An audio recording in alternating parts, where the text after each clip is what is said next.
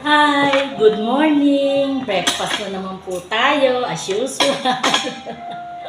Wala naman akong video dito kundi puro breakfast eh. Today, ang ulam ko ay, kasi, nagluto ako ng itlog tsaka nanguha na naman ako ng talong, liliit to. Kasi ang ulam namin ay paksiw na pata. Pata, ang lalaki. So, nagluto ako ng talong tsaka egg para combination na lang. Tapos, siyempre, wala akong chocolate. Yun ang kalungkutan ko. Pero may kape. Kape na lang muna pagtsaga ko. Ngayon, umpisahan ko ng kumain habang tulog yung kapulid ko. Yung pata, pata. Oh. Naku, ang sarap. Pata.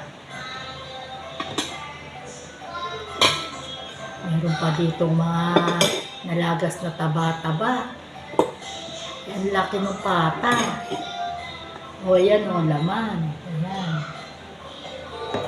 Tapos, siyempre, hindi mawawala sa akin yung favorite ko. Talong, kahit maliliit to, kinukuha sa taniman. Pwede na yan. Pwede na yan, talong. Sa akin lang talong na yan. Kulang pa sa akin talong na yan. Kain. Nilit yung talong mo. Basta may nakita ko musbong na talong, kinukuha ko na agad. Sayang. Baka mahalan, hindi ko nga alam kung mahal ang talong o ano eh. Kasi, hindi man ako namimili. Diba? Tapos, baboy.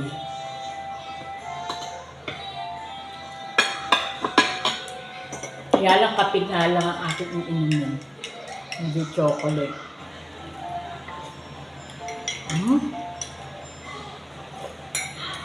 Alam chocolate. Kain po tayo. Kagabi niyayaya nila ako kumain. Wala talaga akong gano'n kumain paggabi. Pag umaga na lang ako kakain ng heavy breakfast. Tapos, wala na. Okay na yun. Heavy naman yan. Lahat yan. Using ko.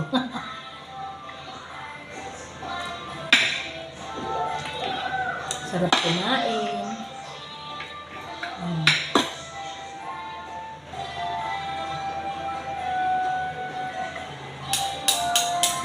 Siyempre, kukuha ko ng egg. Egg. Terno. Sarap.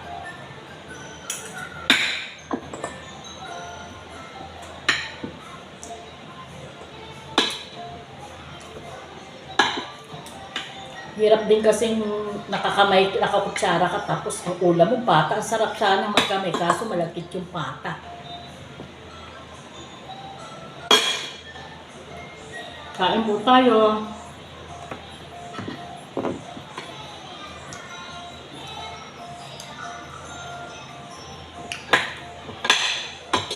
Nasamantala ko ang kain ko pag tulog yung apo ko. Maaga akong naligo para presko. Kasi pagka umaga, hindi ako naliligo. Mukhang haggard. Mag-aalmusal pa lang, umaga pa lang, haggard na. Pag bagong ligo ka, fresh na fresh ka. Kaya mainam sa umaga maliligo.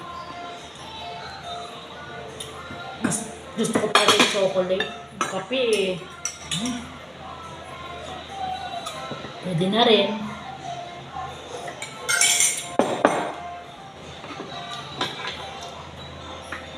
Kain na po tayo.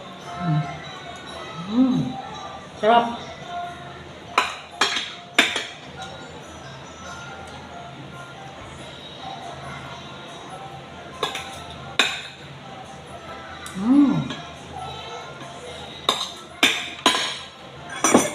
Kape.